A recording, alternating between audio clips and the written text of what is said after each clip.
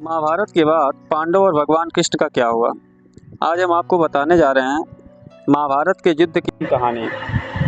महाभारत प्राचीन भारत में लड़ी गई भीषण लड़ाइयों में से एक महायुद्ध की कहानी है। यह न सिर्फ धर्म की जीत का प्रतीक है बल्कि यह सच्चे कर्म की प्रेरणा देता है। मगर क्या आप जानते हैं महाभारत के 18 दिवसीय युद्ध की समाप्ति के बाद क्या हुआ, कौन राजा बना और उसके बाद की कहानी क्या है। आज हम आपको बताने जा रहे हैं महाभारत के युद्ध की बाद की कहानी। पांडवों ने हस्तिनापुर में किया 36 साल शासन। महाभारत के युद्ध के बाद पांडवों की जीत हुई और युधिष्ठिर को हस्तिनापुर का राजा घोषित किया गया।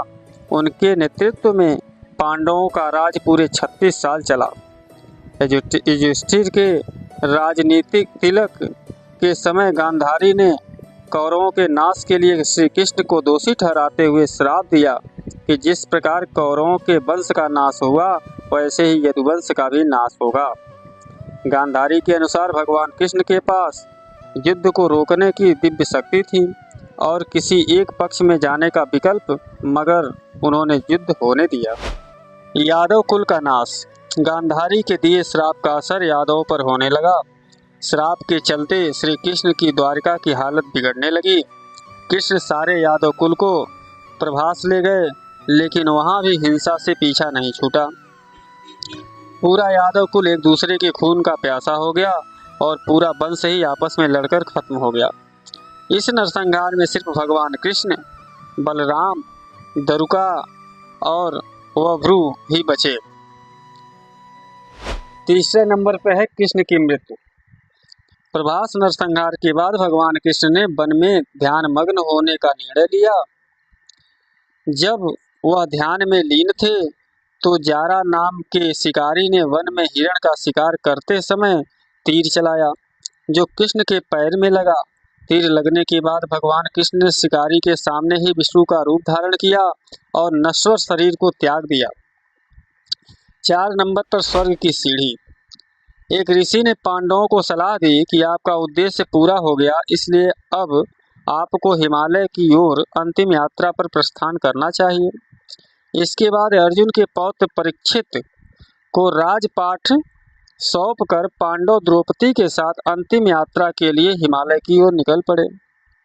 पांडवों ने द्रौपदी और एक कुत्ते के साथ अपनी अंतिम यात्रा के रूप में स्वर्ग की सीढ़ियां चढ़ने शुरू की। स्वर्ग की सीढ़ी चढ़ने के दौरान धीरे धीरे सभी युधिष्ठिर का साथ छोड़ने लगे। शुरुआत द्रौपदी से हुई और अंत में भीम का निधन हुआ। माना जाता है कि पांडवों में सिर्फ युधिष्ठिर ही कुत्ते के साथ हिमालय के पार स्वर्ग के दरवाजे पर पहुंच सके। 5 नंबर, तब मिला युधिष्ठिर को चैन। स्वर्ग के दरवाजे पर भगवान इंद्र ने युधिष्ठिर का स्वागत किया और उनकी अंतिम यात्रा में शामिल होने का आग्रह किया। युधिष्ठिर के साथ गया कुत्ता वहां गायब हो गया, जो वास्तव में यमराज थे। उन्होंने युधिष्ठिर की प्रशंसा करते हुए युधिष्ठिर को सबसे पहले नरक दिखाया और द्रौपदी और अपने बाकी भाइयों को युधिष्ठिर उदास हुए। तब भगवान इंद्र ने कहा कि अपने कर्मों की सजा पूर्ण कर वे भी जल्द ही स्वर्ग में दाखिल होंगे। तब युधिष्ठिर को चैन मिला। दोस्तों, वीडियो अच्छी लगी हो तो चैनल को सब्सक्राइब, वीडियो को लाइक और शेयर तथा कमेंट करना न भूलें। धन्यवाद।